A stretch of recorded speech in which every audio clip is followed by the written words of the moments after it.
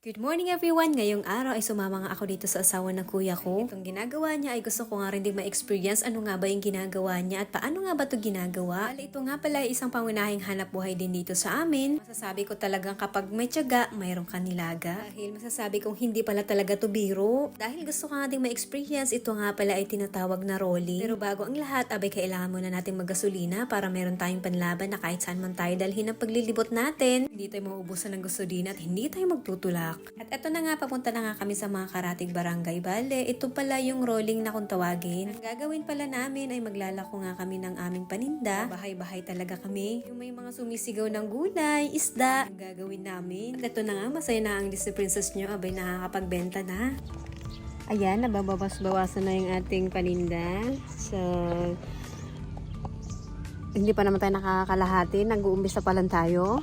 Dito sa experience kong ito, hindi pala talaga pwede ang mahiyain. Kailangan mong sumigaw, abay puhunan mo pala talaga dito ang boses. Dahil bawat bahay na tatapatan, abay kailangan mong sumigaw ng gulay. Gulay kayo dyan. Fresh na gulay, pang pakpet, pang sinigang, kompleto kami, mga ganun. Katulad nga nito, sa pagsigaw namin, may mga nakakarinig naman at may mga bumibili. Fresh din naman yung mga tinda namin, abay hindi rin naman magsisisi yung mga customer na bumili sa amin. Mga gulay nga pala yung binibenta namin, ng palaya, kamatis, sibuyas, bawang, meron kaming luya at siling haba. Meron din kaming kalabasa, kamote. Pero isa napansin ko talaga dito sa paglilibot namin, abay kalaban mo talaga ang init. Pagkatapos doon naman sa kabilang barangay, abay umaambon. Kahit anong weather man yan, umulan man o umaraw, tuloy pa rin ang paglilibot natin. At ito na nga, abay nakaabot na nga kami dito sa mga iskinita. Dito rin kasi yung mga bahay. Pa nga kaming nadadaanan ng mga lubak, pero sige, laban lang.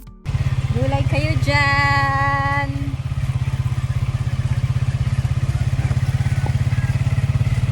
Time check is 9:50 na. So, nakakarami-rami naman na tayo. So, yeah, konti na lang yung iba dyan. Sa mga oras na yun, may mga naubos na nga rin kaming paninda. Para malaman kung meron nga bang income sa pagro-rolling na to, kailangan nga ding ilista. Kung mapapansin nyo, abay konti na nga lang din yung kamatis namin. At sa mga kababayan ko dito sa Dinalungan, bili na rin kayo ng mga paninda namin. Mura na, fresh pa. Saan ka pa? Pangatlong barangay na nga pala itong pinuntahan namin ito. Yung ibang barangay kasi na dinaanan namin ay mga sarado na nga ang bahay. Maaga yatang pumunta ng bukid. Katulad na itong mga bahay na to. Eto, libot muna tayo. Libot-libot lang hanggang sa maubos yung paninda namin dahil ito nga yung tinatawag na rolling. Naalok yung paninda. Sa bawat bahay at sa bawat iskinita abay kailangan pasukin. Ito nga sa paglilibot namin at pagpasok namin sa bawat iskinita, ito na nga, meron tayong isang customer. Tama na yan. Itlat na. Okay yan. 60 o 60. 61.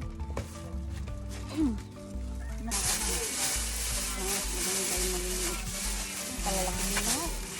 Ito naman lahat na. Ay, sila na. Nagsiling ako na talang ganito yung... Sumasarap. Gusto mo ba ito? I know. Ay, hindi naman tagalog niya. Ante. No. You want this kamatis? I know. Why? Naralay ako ko yan. Pakila. Okay. You want this? No. It's so sweet. Yes. Bite this one. So sweet. Yes. This one. Ha? Kalabasa. Ayaw mo? Inabot na nga pala kami ng tanghali sa paglalako namin ng mga gulay. Ramdam na rin ako ng pagod. Kaya nag-decide na kaming umuwi na. Bago umuwi dahil may madadaanan kami isang barangay bago kami makarating sa bahay. Kaya naming maglako doon baka sakaling may bumili. Mabilis na nga lumipas ang oras. Abay sa sobrang pagod ko abay hindi na ako nakapagkuha ng ibang video. Andito na nga pala ako sa bahay at nakauwi na nga kami. Bumili na lang pala ako ng mangga para pag uwi ko mabilis na nga lang itong kainin. Ito na nga pala yung aking tanghalian. At sa experience ko sa paglalako ay masasabi ko lang na talagang kailangan din ng sipag, ng tiyaga, kasi nga alam niyo yung tiyaga na hindi lang basta tiyaga. Kasi pa naman magbabahay-bahay ka talaga kahit ka sa mga sulok-sulok na mga bahay. Rough road man yan or sementado, kailangan mong pasukin para nga syempre makapagbenta. Kaya naman saludo ako sa mga nagro-rolling na katulad ng asawa ng kuya ko. Sacrifice nila yung pagod, pakikitungo nila sa bawat customer para syempre makabenta. Pagkatapos silang magbenta, uwi sila ng bahay nila. mag-aasikaso, magluluto ng pagkain, aasikasuhin din yung anak, yung wala silang kapaguran dating sa pamilya. Kaya saludo ako sa mga ganitong klaseng trabaho. Lumalaban ng patas, hindi nanlalamang sa kapwa, hindi sumusuko sa hamon ng buhay. Kahit mahirap, tuloy pa rin. Kaya salamat din sa panonood at pagsuporta sa aking vlog. Again, bye!